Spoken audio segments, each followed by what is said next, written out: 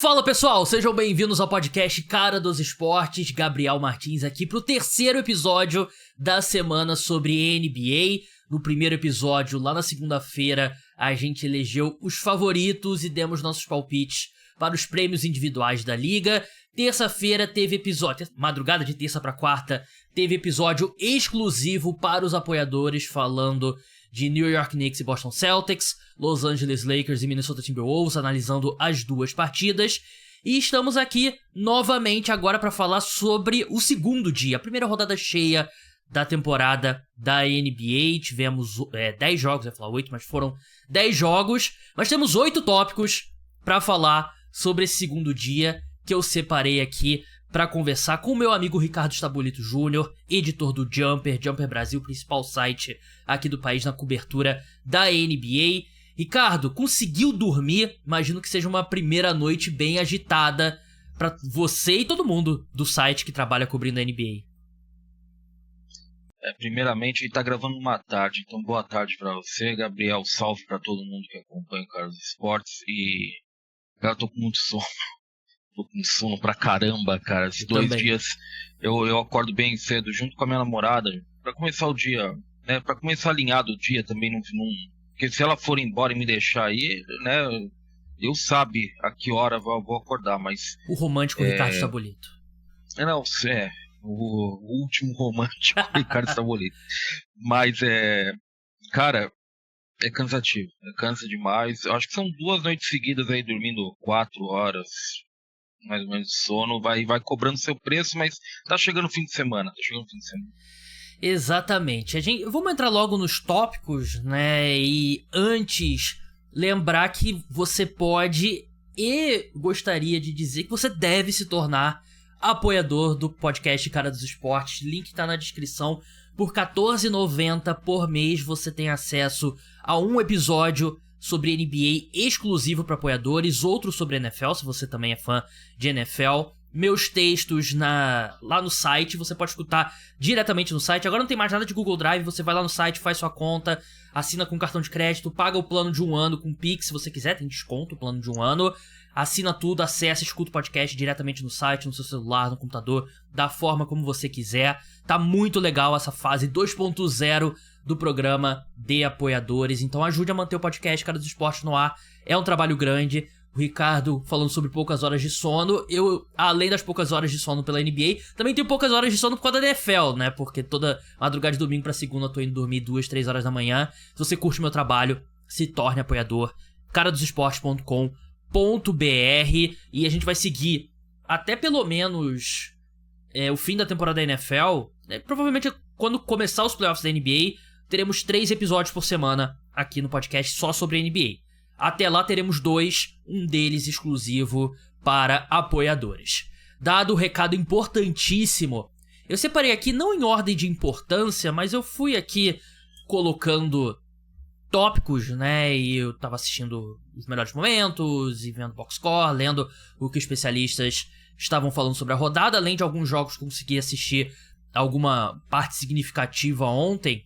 Eu queria começar falando sobre o Golden State Warriors, porque primeiro é interessante, que é uma versão bem diferente do Golden State Warriors, e segundo, que é uma das maiores torcidas aqui do Brasil, então tem que segurar a audiência aqui falando sobre o time que a maior parte das pessoas se importam. Golden State Warriors, eu mandei tópicos e esse é uma pergunta que eu vou abrir fazendo aqui pro meu amigo Ricardo Stabolito. Os Warriors venceram por 139-104, né? E eu gostei muito de um apelido novo que surgiu, né? Porque agora o Klay Thompson saiu do time, um dos Splash Brothers. Entra no lugar dele o Buddy Hield, que eu já vi chamado nas redes sociais de Splash Buddy, que eu achei um belíssimo apelido. Tem por exemplo, o Brook Lopez, que é o Splash Mountain, né? Que é um arremessador de 3 muito mais alto. Mas eu gostei bastante do apelido. Ele jogou muito bem, o Buddy Hield. Teve 22 pontos, 5 de 7 de 3, né? E aparentemente foi só no Philadelphia 76ers que ele desaprendeu a arremessar mesmo. Mas, Ricardo, Golden State Warriors, sinal positivo, vem pra ir direto aos playoffs, é aquele Warriors competitivo, ou só enfrentou o Portland Trail Blazers? pô, antes de tudo, né, o Splash tá se tornando um novo Mamba, né? Que você lembra que tinha toda uma linhagem Sim, verdade. Mamba, né? A partir do Kobe, né? Tinha o Matt Bonner, tinha Andrew Goldlock, né? O Mini Mamba também, Red ídolo do Lakers. Mamba. O Red Mamba, né? Enfim, é outra família. O Splash tá tomando Sim. lugar aí, a nova linhagem, né, da NBA. Sobre o Warriors, é interessante isso, porque eu estou mais... aliás, desde antes da pré-temporada, eu levo muito pouco pré-temporada em conta quando eu analiso um time, pra ser bem sincero com você.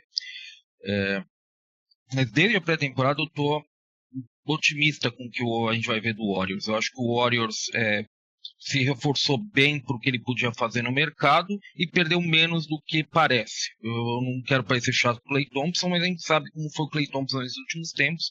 Eu não sei se ele é uma perda tão grande quanto o tamanho dele para a franquia sugere. Dito isso, eu não acho que tenha sido um indicativo disso. Eu acho que é um jogo à parte.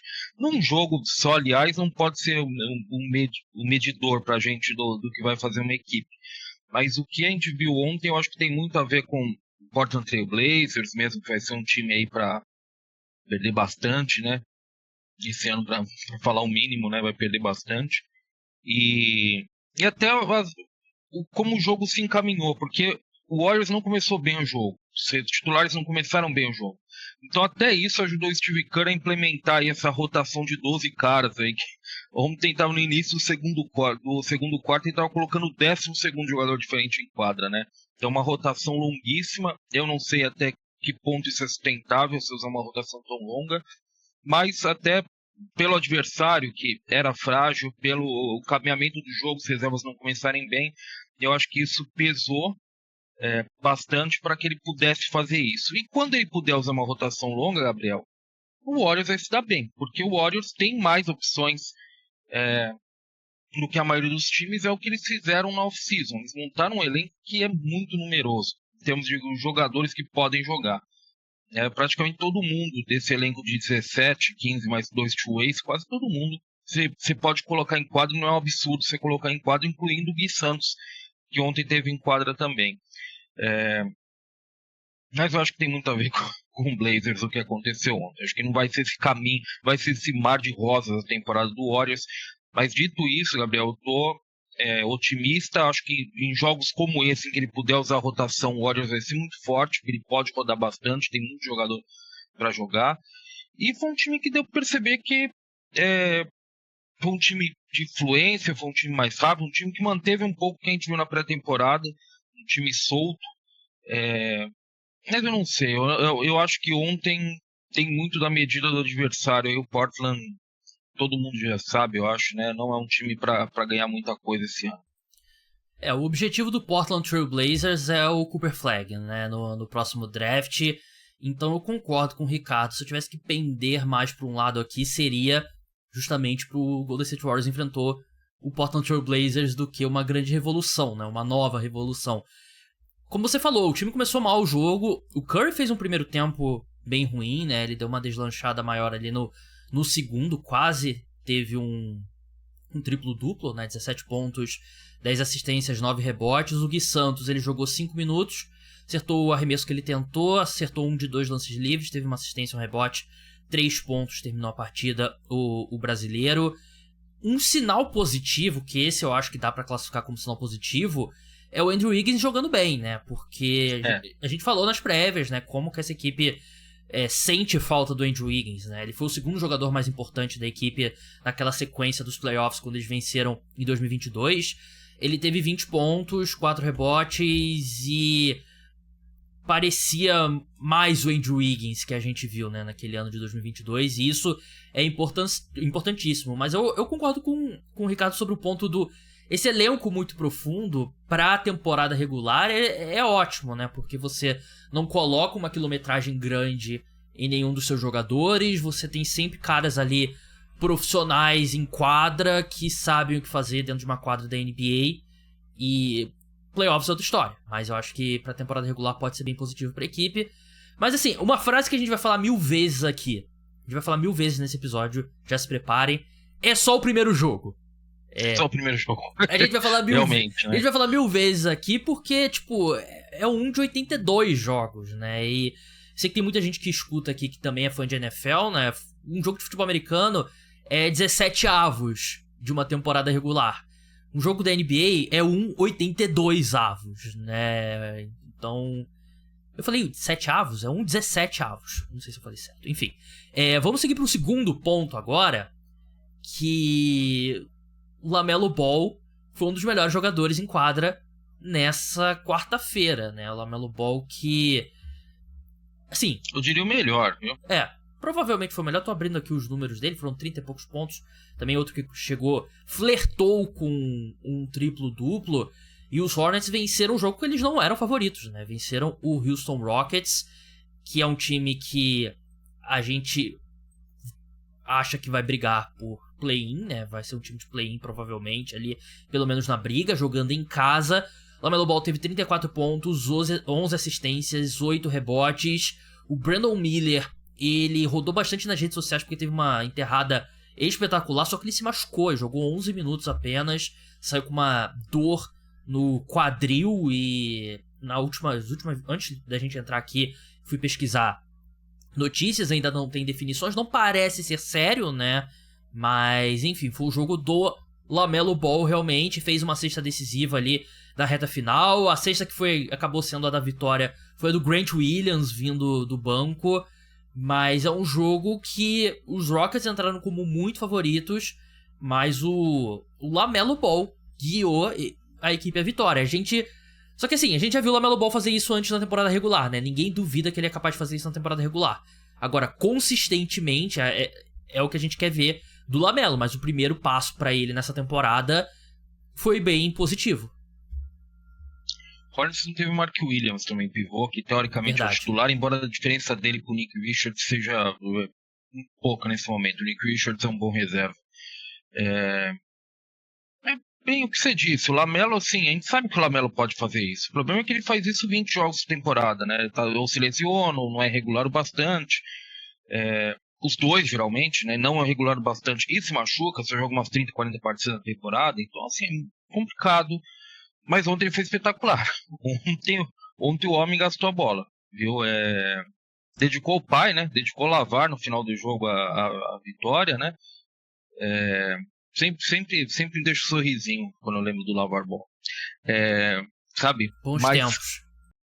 A única coisa que o LaMelo não faz, e porque ele não fez, porque ele não faz, é criar em média distância. O jogo dele não é em média distância. Aliás, como a maior parte da NBA, muito pouco se cria em média distância. Mas ele conseguiu absolutamente tudo que ele quis tirando isso. Né?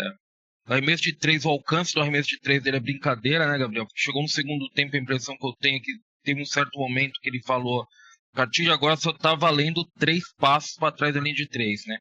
E é muito difícil para a defesa marcar. Muito difícil porque a defesa ela tá postada e preparada para marcar em um determinado alcance. E é muito difícil, né? Você marcar um jogador que passou do meio da quadra e arma o arremesso e joga para cima. Né? E o LaMelo fez. E esse foi um dos grandes problemas para marcar o LaMelo do Rockets no segundo tempo. O LaMelo, assim, ele arrebentou a sua noção de alcance no arremesso. Ele começou a chutar de passar do meio de quadra e estava pronto para arremessar. Conseguiu infiltrar no garrafão, fez todo o time jogar, deu velocidade, especialmente no segundo tempo, o time deu fluência pro time. Ele foi espetacular, Gabriel. Até defensivamente, inclusive, achei que ele fez um bom jogo pelo que eu vi. Mas assim, no geral, ele foi absolutamente espetacular. Sim. É uma lembrança de que pode ser LaMelo Ball. O problema é que a gente tem que ser lembrado do talento do LaMelo Ball, porque a gente constantemente se esquece. E até por isso que a gente chega aqui e fica surpreso, traz ele como um tópico. Não deveria ser assim. Deveria ser algo normal. Verdade. E já dá até pra você, se você quiser uma sugestão de artigo no Jumper, você pode botar: se a temporada regular terminasse hoje, LaMelo Ball seria o MVP da temporada. Seria. Porque LaMelo Ball... Ele e o Tatum, né? Ele e o Tatum brigando pelo MVP. Exatamente, né? E o pessoal gosta muito do LaMelo, né? Eu percebo a geração Z, né? Que é o pessoal abaixo da gente, assim, né? Eu sinto que o pessoal gosta muito do LaMelo. E é isso, tem que ter consistência. Agora, do lado do Houston Rockets, foi um jogo que algumas das questões que eu tinha sobre a equipe antes da temporada apareceram, né? E você viu o Dillon Brooks jogando 31 minutos e tendo 2 pontos. Sim, ele pode fazer o que ele faz, pode ser, sei lá, o melhor defensor do mundo, né? Mas, o que ele certamente não é. Mas se você fica 31 minutos numa quadra de basquete e faz 2 pontos, você tá prejudicando o seu time. Não tem o que você faça defensivamente que vai compensar um desempenho como esse, né? E o VanVleet também não foi bem. Assim, 14 pontos, mais 2 de 11, de 3 e tal. Eu sinto que é um time que tem muita gente esperando minutos reais. E às vezes isso acaba um pouco com a química de um time.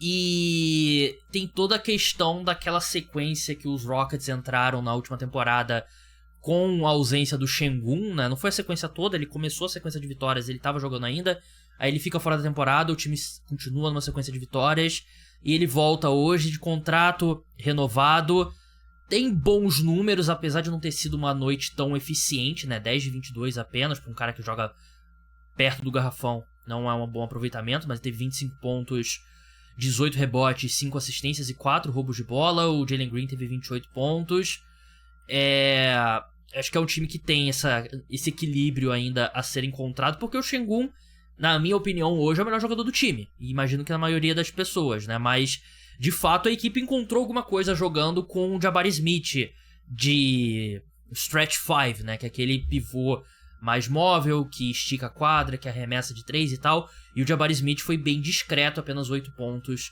nessa quarta-feira. É um trabalho que o Ime Udoka vai ter ainda pela frente, né? Não é porque... Eu falo muito sobre isso no início de temporada. Um time terminar bem a temporada anterior, não é que ele vai pegar do mesmo ponto na próxima temporada e construir a partir disso.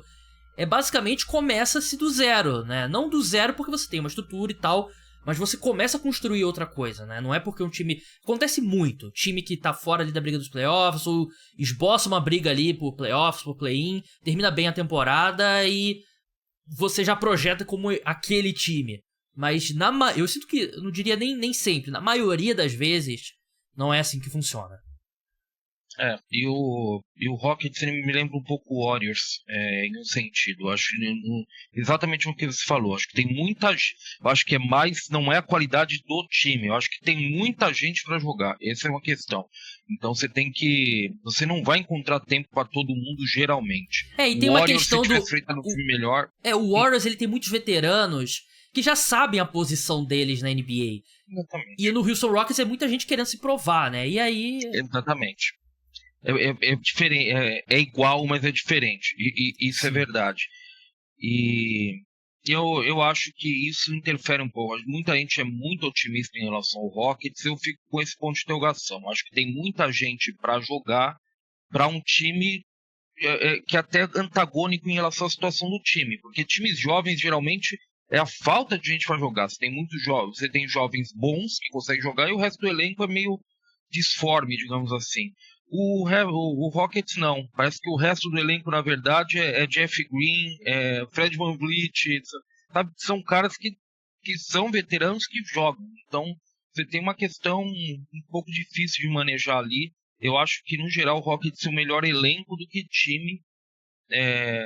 Não sei. Eu acho que, assim, também é muito cedo para analisar. Também essas coisas a gente dá sei lá, é só o primeiro jogo, como eu acho que a gente tem que sempre lembrar isso. Sim. Tudo que a gente tá falando aqui, presuma-se que a gente falou é só o primeiro jogo. A gente tá falando muito pouco que é só o primeiro jogo, então só pra reforçar é só o primeiro jogo. Mas eu também fiquei com a impressão de que o Hornets, como time jovem, também foi bem mais dinâmico ontem do que o Rockets. O Rockets é um time jovem, mas não tão dinâmico assim. E eu acho que é meio por causa dessas peças que se inserem no time e que não estão na mesma linhagem assim do que ele faz. Então é Fred VanVleet, é Dillon Brooks, sabe? Esses caras que estão num momento diferente, né? Digamos assim. Você olha, por exemplo, no banco aqui, o Ken Whitmore jogou 8 minutos, né? E é um cara que jogaria bem mais na maioria. Jogaria bem mais na maioria dos times, né? E ele, na cabeça dele, ele acha que ele deveria estar pelo menos 25 minutos em quadra, né? E aí cabe ao Ime Udoka administrar.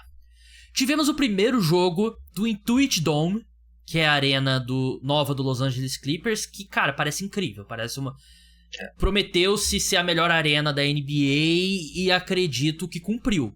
E, claro, eu nunca estive lá ainda, né? Eu pretendo um dia, quem sabe. Nunca estive numa arena da NBA, nunca pisei numa de verdade. Espero ir um dia, mas parece incrível. O ambiente estava bem legal na arena. Anote mentalmente, se você participar de alguma trivia e te perguntarem quem fez a primeira cesta da história do Intuit Dome, foi o Norman Powell. Fez a primeira cesta.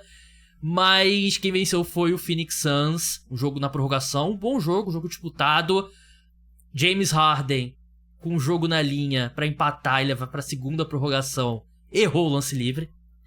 E eu falo muito aqui no podcast. Eu detesto o termo de pipoqueiro, cara que no momento importante deixa a desejar e tal. Pra mim, 99,9% dos casos, isso não é verdade. James Harden é o 0,1%.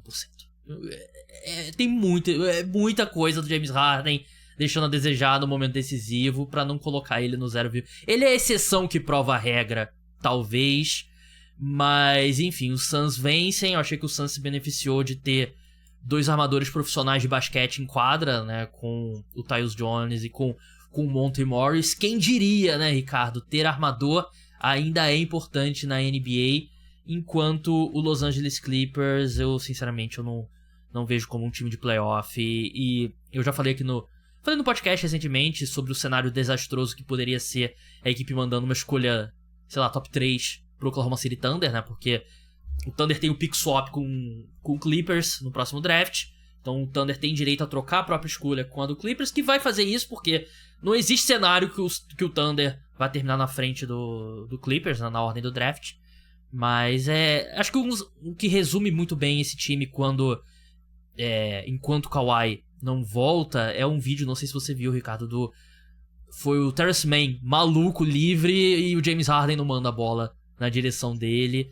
E é isso, né? Um time que arriscou em 2019 e agora tá pagando o preço, né? Do risco que tomou. Engraçado, eu saí até com uma impressão um pouquinho positiva do Clippers, no sentido de que esse time pelo menos briga, né? É um time que lutou ontem, o Gabriel. Dá pra dizer que é um time que lutou dentro das suas limitações, lutou bastante o Clippers. Sim, ontem, justo. Viu? Brigou bastante, defendeu bem dentro do possível, um time que tem claramente muito mais talento do que ele.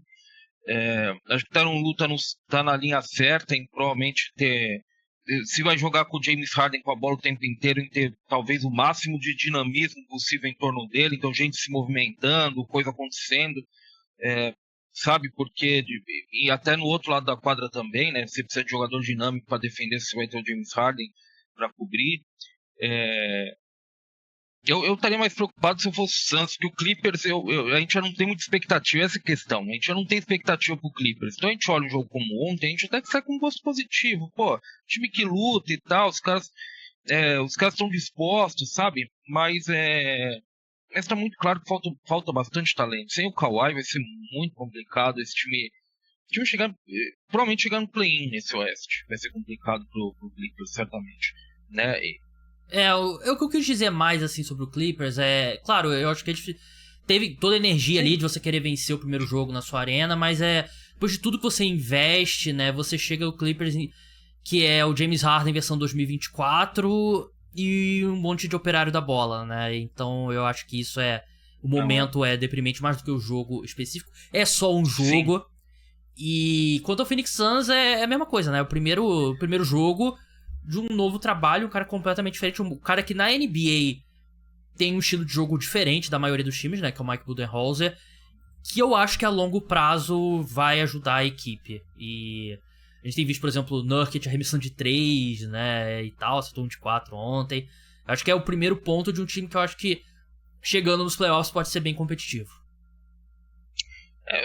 Vou ser sincero com você. O pessoal vai falar, mas o ataque do Suns não é muito travado ainda, não é tão criativo assim. O Budenholzer não vai fazer um ataque criativo, cara. Não é a característica do Budenholzer. O Budenholzer tem vários predicados, ele tem boas qualidades, ele não monta ataques criativos. Então, assim, o ataque do Suns a tendência é que seja isso mesmo. Inclusive o Nurkic chutando, abrindo para chutar, acho que já é uma boa de uma boa novidade para o Suns em termos de perspectiva ofensiva.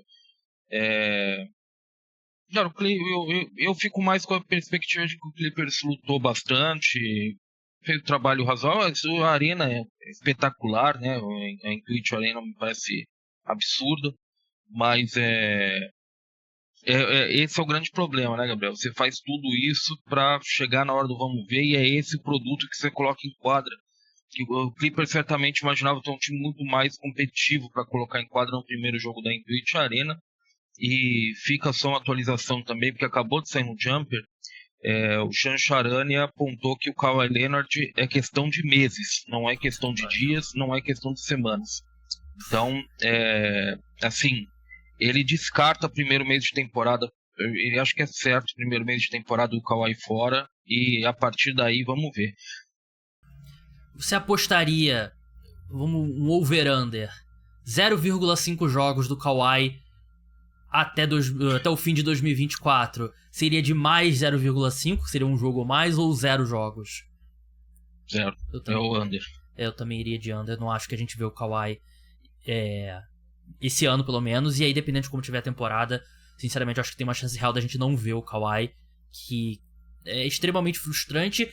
E é uma boa sequência, um bom segmento para o nosso próximo tópico aqui, que a temporada começou literalmente na terça-feira, e o Philadelphia 76ers já está sendo investigado pela NBA por ter poupado Joel Embiid na abertura da temporada. Eu fiquei bem frustrado, porque era o jogo que eu tava mais curioso pra assistir nesses 2 primeiros dias, era esse Milwaukee Bucks contra o Philadelphia 76ers. Mesmo com a ausência do Paul George, eu tava bem curioso. Aí sai o Paul George, obviamente há algumas semanas, né? A gente sabia, ele sofreu lesão no joelho. E o Joel Embiid, a gente descobre que ele vai levar um tempo ainda pra estrear na temporada. E a NBA já tá investigando o que tá acontecendo, porque a NBA agora criou normas rígidas, né, pra evitar que esse tipo de coisa aconteça. Se o Joel Embiid tá saudável, ele tem que estar em quadra. E se ele não tá saudável, os 76ers vai ter que provar pra NBA que ele de fato não está saudável. Mas até a gente tava conversando antes de entrar no ar, né, Ricardo? É o exemplo do que mais frustra, acho que todo fã de NBA na temporada regular, porque você já teve o Joel Embiid e Paul George fora, você já teve o Kawhi fora, você já teve o Zion não jogando na estreia do New Orleans Pelicans, e tudo bem, os 76ers tem que ter mesmo muita cautela com o Embiid e tudo mais, é aquilo que a gente já falou 1000 vezes, a gente sabe disso, mas pô, a estreia da temporada ele não pode jogar, aí sei lá, acho que é um jogo, é quase que um jogo à parte do resto da temporada regular, e vai ter que provar. Imagino que a gente vai ver os 76ers sendo multados, mas pra eles também, que é uma multa, né? O objetivo deles é ter o Embiid saudável nos playoffs. Eu já defendi mais o load management, hoje eu defendo muito pouco. O que eu disse pra você antes da gente começar a gravar, Bob Cousy na década de 50 jogava uma quadra de taco com uma cama de prego no pé, né? Porque os sapatos antigos de jogar eram terríveis, e o cara jogava 82 partidas. Eu, Gabriel, queria trabalhar só sexta-feira. Seria muito melhor, estaria muito mais seguro, inclusive trabalharia muito mais feliz, né? Seria uma presença muito mais agradável no meu ambiente de trabalho, mas eu ganho para trabalhar de segunda a sexta. Então, assim, eu acho que eu parto do mesmo princípio ultimamente, porque eu acho que extrapolou. Eu acho que está extrapolando um pouco, e eu acho que o Sixers é muito esse caso. Extrapolou o limite aceitável. E só que eu acho também que a investigação ela tem muito a ver também com uma semana e meia atrás o Embiid vir a público e falar que acha que nunca mais vai jogar um back-to-back na NBA, né? Jogos em dias consecutivos. Então aí ele dá chance para que se investigue também. Também dá munição para a NBA ir lá investigar por que ele não está jogando. É frustrante e assim, Gabriel, entendo o interesse de todo mundo, mas cada vez mais eu acho errado. Aquele tópico que a gente já discutiu. Desonesto.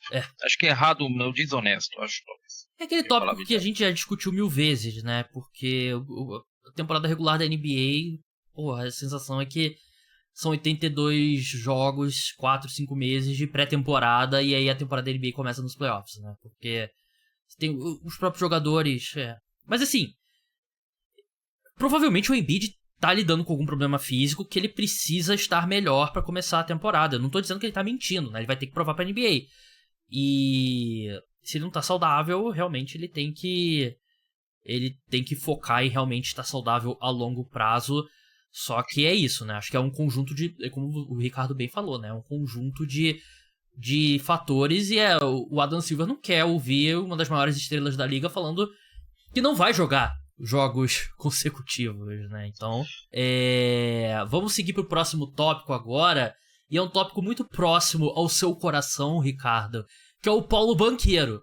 Paulo Banchero fez uma grande atuação na vitória do Orlando Magic pra cima do Miami Heat por 116-97. Ele foi um cara que eu queria colocar como o meu palpite para All-NBA. Confesso que pipoquei no final, acabei colocando ele ali fora. Mas ele começa com 33 pontos, 11 rebotes, 3 assistências, 4 de 8 em arremessos de 3, que é importantíssimo. E curiosamente, eu estava escutando uma entrevista hoje no Pardon My Take, que é um podcast dos Estados Unidos, com o Chris Brickley, que é um treinador que...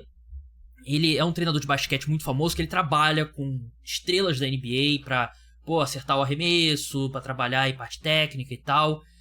Ele tem uma quadra famosa lá em Nova York, né? Que é aquela famosa quadra que o Carmelo Anthony nunca errou um arremesso, principalmente quando ele tá com aquele casaco com capuz. Então ele trabalha com todo mundo. O de Melo. Exatamente. Trabalhou com LeBron, Kevin Durant. As principais estrelas da NBA passaram pela mão dele. E na entrevista perguntam pra ele assim, qual jogador que você acha com quem você trabalhou nessa off-season e tal, que vai vir com alguma coisa diferente no jogo desse cara que você poderia adiantar pra gente? E o que ele falou foi, eu acho que o Paulo Banchero vai arremessar muito melhor de 3 nessa temporada. E o primeiro sinal foi muito positivo para um time como o Orlando Magic, que é muito travado em arremesso de 3. Se o Paulo Banchero for um bom arremessador, ajuda bastante. E a gente vai falar sobre o lado do Miami Heat também, que tem um grande tópico pra ser falado. Mas a primeira impressão que esse time do Orlando Magic deixa, e principalmente o Paulo Banchero, é muito positiva, né, Ricardo? Banchero, assim... É aquela história, né, Gabriel? O Banchero tem 21 ou 22 anos de idade. Então, assim, o teto, né, ainda tá longe. A gente ainda vai conhecer esse teto, provavelmente. Então há muito a crescer, há muito a jogar, em tomada de decisão ele tem que melhorar. A bola de 3 era claramente um ponto, realmente ontem é um sinal extremamente positivo.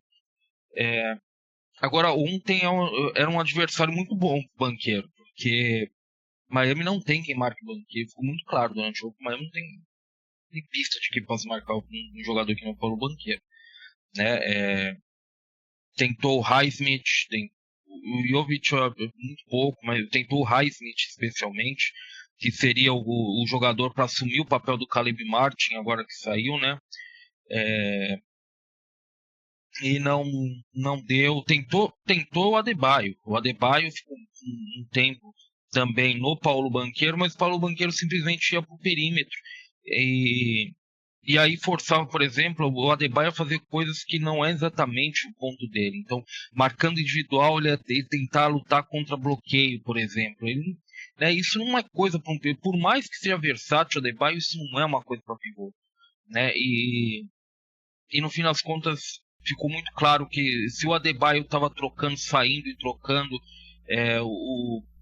o Banchero ele abusou de quem fosse dentro do garrafão, levou a bola para o próximo da cesta. O Heat não tem quem marque o Banchero. Dito isso, o Banchero foi ótimo, tomando decisões certas, buscando os arremessos certos, sabendo muito bem quem estava marcando ele para tomar esse tipo de decisão. Não hesitou em arremessar para 3, que é um ponto importante também. É engraçado, eu acho que o Banchero teve uma grande atuação. O Magic não teve, assim, não é que o Magic jogou o supra-sumo do basquete. Agora, esse tópico que vem depois, especialmente o Heat, ontem é uma coisa deplorável, viu? Ainda sobre o Paulo Banchero, né, e você tocou no ponto certo, né, o Ben Adebayo, por melhor que ele seja trocando, né, ele não vai ser um cara que marcar em tempo integral no perímetro. Só que o Paulo Banchero, eu acho que é algo que passa até despercebido. Ele é um cara de 2,8 metros e 113 quilos, né? Ele é provavelmente maior que o Ben Adebayo, né? Só que ele ainda é extremamente... o tamanho e a força que ele tem, combinadas a habilidade e a agilidade que o Paulo Banchero tem, é muito impressionante, né? Acho que quando a gente fala de aberrações físicas na NBA, né? Acho que o Paulo Banchero precisa ser incluído nessa discussão. Do lado do Miami Heat, a temporada de vingança do Jimmy Butler, sem gracinha com o cabelo no Media Day, jogou pré-temporada, vem pra jogar todo o jogo, vai mostrar que merece um novo contrato. 3 pontos em 26 minutos, 1 de 8 em arremessos de quadra, atuação péssima do Jimmy Butler, que é a maior estrela do Miami Heat. E tudo bem, não teve Kevin Love também e tal, teve que perder alguns jogadores, mas sem o Jimmy Butler sendo uma super estrela, esse time não tem a menor chance. E é mais um pontinho que você coloca nas evidências que já começaram a aparecer na última temporada de que o Jimmy Butler tá entrando numa outra fase da carreira. O Jimmy Butler, assim, as pessoas não entendem, Gabriel, geralmente, quando a gente fala isso, que não é que o jogador vai parar de jogar bem, mas vai ser mais espaçado os momentos. Ele vai ter os jogos ruins, ele vai ter cada vez mais jogos ruins, ele não vai ser o astro toda noite. Esse é o ponto. Você deixa de ser aquele cara decisivo o tempo inteiro, todo jogo, né? E isso acontece inclusive com o LeBron. O LeBron tem, nesse momento na carreira, que é uma coisa fora do normal. O LeBron não é algo como a gente, né? Ele não é um ser humano como a gente. Mas mesmo o LeBron, nesse momento da carreira, e tem noites em que realmente você olha e fala, pô, LeBron, essa não é a noite. Essa é a noite que ele tá mais cansado. Então a gente viu na última temporada especialmente isso. E com o Jimmy Butler a gente começa a ver. Agora, o hit todo foi muito mal, Gabriel. O hit Sim. todo, eu achei horroroso o hit. Mesmo nos momentos do primeiro quarto, início do segundo quarto, que o jogo estava relativamente equilibrado, eu não gostei do hit. Não achei uma experiência interessante de basquete. E ele e o Adebayo, aliás, arremessaram 13 bolas somados. Quando seus dois principais jogadores arremessam 13 de 82, 83 arremessos, Heat chutou até pouco, foram só 80 e pouquinhos arremessos no jogo inteiro. Mas quando seus dois astros são para 13 desses 80, você não vai ganhar o jogo. Aliás, você não vai ganhar o jogo, provavelmente você vai ser massacrado como o Heat foi. O placar acho que foi uma diferença ali de 19 pontos mais ou menos, ele não faz jus ao que foi o jogo. O Magic não fazendo o jogo. Então, o Magic não sendo supra-sumo, o Magic foi muito melhor que o Heat. O Magic chegou a estar ganhando mais de 30 pontos durante o jogo. Em Miami, né? O jogo em Miami, dia de festa do Pat Riley. Só um jogo, como sempre, né, Gabriel? Uhum. Mas eu não tô muito animado com as perspectivas pro Heat. E a gente fala bem do Spoelstra a maior parte do tempo, porque merece. Eu acho que o Spoelstra tem Ontem eu não gostei de uma coisa, é difícil a gente criticar o Spoelstra, mas eu não gostei de uma coisa, que eu acho que é um efeito colateral do que ele está tentando fazer. O Heat está tentando espaçar mais. Então, Adebayo aberto para arremessar, tudo. O Heat está tentando jogar mais espaçado. É um dos últimos que está tentando isso, que está tentando caminhar nesse sentido. Toda a NBA está jogando bastante espaçado, né? O Heat é um dos piores espaçamentos da liga até agora. Mas, quando você está testando isso, Gabriel, o efeito prático, às vezes, é passar por jogos como esse. Eu achei que o Jimmy Butler e o Adebayo espaçaram muito e ficaram fora da ação muito tempo. Eles ficaram muito fora da ação, ficaram muito abertos sem fazer nada, em boa parte do momento ofensivo do Heat. Eu acho que esse é um problema que é comum em times que estão tentando espaçar, quando você está tentando fazer jogadores que não espaçar e tentar mudar a geometria da quadra, como o americano fala. A princípio, eu acho que esse é um problema que você vai ter. E eu acho que esse é um dos grandes problemas do Heat ontem. Eu acho que o Jimmy Butler e o Adebayo arremessaram muito pouco, porque eles estavam muito pouco na ação, sabe?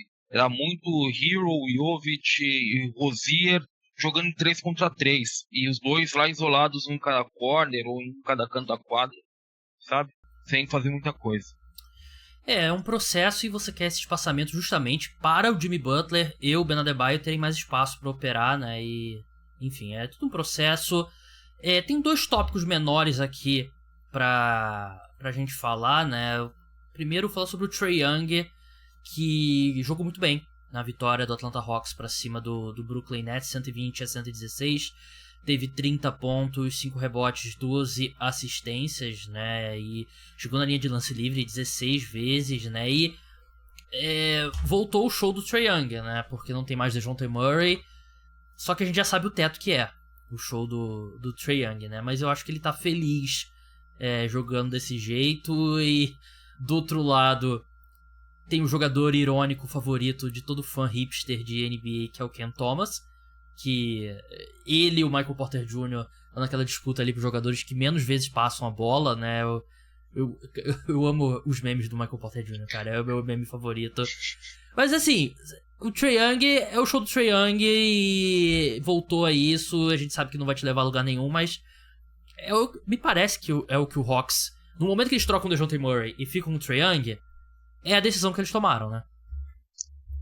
É isso. Eles tentaram. Eu tiro o chapéu porque eles tentaram, Gabriel. Eles trouxeram o DeJounte Murray e o discurso era certo. A gente vai tentar jogar sem a bola tanto no Trae Young, tentar liberar ele para jogar mais sem a bola. Aí chega uma semana atrás, o DeJounte Murray dá uma entrevista e fala: eu me sentia como um ala no Hawks, porque eu ficava num canto da quadra, a maior parte do tempo, o Trae Young com a bola. Então me parece muito claro que assim, tá muito incrustado no time, sim, né? Essa coisa que tá muito incrustado no Trae Young, esse estilo personalista de jogo, não no sentido de ser egoísta, mas no sentido de ter a bola, de ser o cara que vai executar e que vai fazer a coisa acontecer. O Onyeka Okongwu, por exemplo, jogou muito bem ontem, muito porque o Trae Young jogou muito bem por ele, criou muitas oportunidades para ele, mas é isso, o Hawks vai ser um time que vai guardar com muito carinho aquela final de conferência totalmente acidental que eles fizeram em 21, se eu não me engano, né? E eu acho que vai ser muito isso. Acho que nessa formação que eles têm hoje, chegar no playoff é uma vitória já pro Hawks, a não ser que alguma coisa mude muito, embora tenha um jogador que queira destacar também, Dyson Daniels. Dyson Daniels jogou muito bem ontem. Sim. Estreando. E ele é um cara que eu acho que ele não é feito para esse estilo de basquete, né? Ele é feito para um cara para jogar um basquete competitivo. Levou uma falta dura do Nick Claxton, até que o Nick Claxton foi ejetado da partida, né? Isso. Mas ele é um baita defensor. Eu achei que foi eu gostei deles terem recebido o Dyson Daniels na troca, né? Assim, escolhas são ótimas, né? Soa muito bem, né? Mas um jogador que eu acho que se encaixa do lado do Trae Young, eu acho que você tem algo mais sólido nesse retorno dessa troca. Eu acho que ele é mais encaixável, mesmo entregando características até um pouquinho parecidas, ele é mais encaixável com o Trae Young do que o DeJounte Murray, porque ele exige muito menos a bola. Ele sabe jogar com a bola, mas ele vai exigir muito menos a bola. E não é uma questão de ele não é uma questão de ele não poder jogar com a bola, mas é ele mesmo saber, eu sou o Dyson Daniels, você é o Trae Young, você fica aí com a bola, eu tô aqui pra ajudar. Sim. O Rissachê matou a primeira bola dele, que é positivo, né? Mas depois não fez muito mais coisa. E do lado do Brooklyn Nets tivemos Ben Simmons. 6 pontos, 1 toco, 8 assistências, 5 rebotes, 6 turnovers. Cara, o Ben Simmons estabeleceu um nível tão baixo pra ele mesmo que ele faz 6 pontos numa partida e aí a gente tá falando, pô, o Ben Simmons voltou. Olha como o Ben Simmons tá jogando bem e tal. E pra mim é chocante. Quer dizer, não é surpreendente. Assim, é chocante, não é surpreendente, porque é um cara que passou por muitas lesões. Mas ele não é nem sombra do atleta que ele era antes disso tudo, né? Porque ele era um dos caras mais atléticos da NBA. Ele não é mais esse atleta, mas ele jogou basquete ontem como um jogador profissional, Ricardo, que é uma evolução. É uma evolução em relação ao Ben Simmons dos últimos anos. Eu gostei muito disso que você falou, porque durante a noite, no nosso grupo do site, né, o Gustavo Freitas, Mastor, ele deixou lá no grupo, vou botar na lista de pauta de amanhã o Ben Simmons, que ele tá jogando bem, tá estreando bem, não sei o que. Eu fui ver uma coisa ou outra, né, é o que dá pra esperar do Ben Simmons nesse momento, né. Mas assim, pelo jeito que... lembrou o que você disse, pelo jeito que ele tava falando, eu parei assim e falei, pô, não é possível, eu tô perdendo um show do Ben Simmons, né? Não era bem assim. O Ben Simmons parecia um jogador de basquete profissional, como você disse.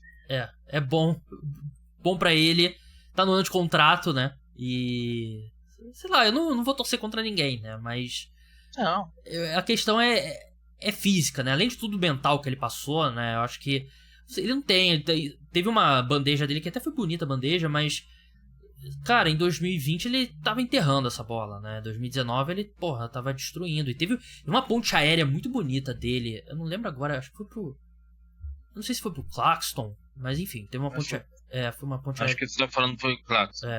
Uma ponte aérea bonita, mas enfim, Ben Simmons jogando basquete profissional. Pra encerrar aqui, cara, eu cometi o maior erro como torcedor, que é me deixar empolgar por um time ruim depois de um tempo. Porque eu tuitei que o Detroit Pistons estava jogando como um time profissional de basquete e era uma evolução e eu tava animado. Eu ainda botei assim, eu não quero... eu não lembro exatamente as palavras que eu usei, eu botei tipo algo, eu não quero zicar, talvez seja cedo demais. E alerta de spoiler, foi cedo demais. Os Pistons levaram a virada do Indiana Pacers, que teve um jogo que por 3 quartos o Tyrese Haliburton jogou muito mal. No último ele foi muito bem, ele é uma super estrela e isso muda completamente qualquer partida. Eu achei que o Jalen Duren pelos Pistons fez um excelente primeiro tempo, ele fez o que ele quis contra o Miles Turner. Só que os Pistons perdem, e pior do que perder, Ricardo, é ter o lance que viraliza nas redes sociais, que faz ser mais ainda dolorosa a derrota, que é o Detroit Pistons com 6 jogadores em quadra. O Ron Holland, que é calouro, simplesmente não saiu de quadra, começou a jogada, os Pacers, peraí. Aí os árbitros apitam, aí o cara da transmissão faz muito bem, ele vai lá, escreve 1, 2, 3, 4, 5, 6. Tem 6 jogadores em quadra. E, porra, é foda, é um erro e tal, uma jogada, mas é um ponto que envergonha o Detroit Pistons, porque não era pra estar acontecendo, né? Pelo amor de Deus, o time já é essa piada que não é o pior time da NBA. E até eu vi na capa do Globo Esporte, do Globo.com, na verdade, né? Tava lá, erro do pior time da NBA, viraliza nas redes sociais. Os Pistons não são o pior time da NBA. Só que também, como é que eu vou defender quando é o único time que bota 6 jogadores em quadra numa jogada, né? Isso é muito frustrante, e eu tô flertando com a ideia desse ter sido o primeiro e último jogo dos Pistons que eu vou ver na temporada. Bem, primeiro, a gente tava falando de um jogador, o Ben Simmons parecia um jogador profissional. Esse é um erro amador. De 6 jogadores em quadra, um erro amador, amadoraço, né? Aliás, faz muito tempo que eu não via isso na NBA. Eu acho que eu tenho que puxar pela memória aí se eu via nos dedos de uma mão ver acontecer uma coisa dessa na NBA. O que é chato, como você mesmo falou, porque o Detroit, no geral, ele fez um jogo diante da última temporada do que a gente viu do Detroit.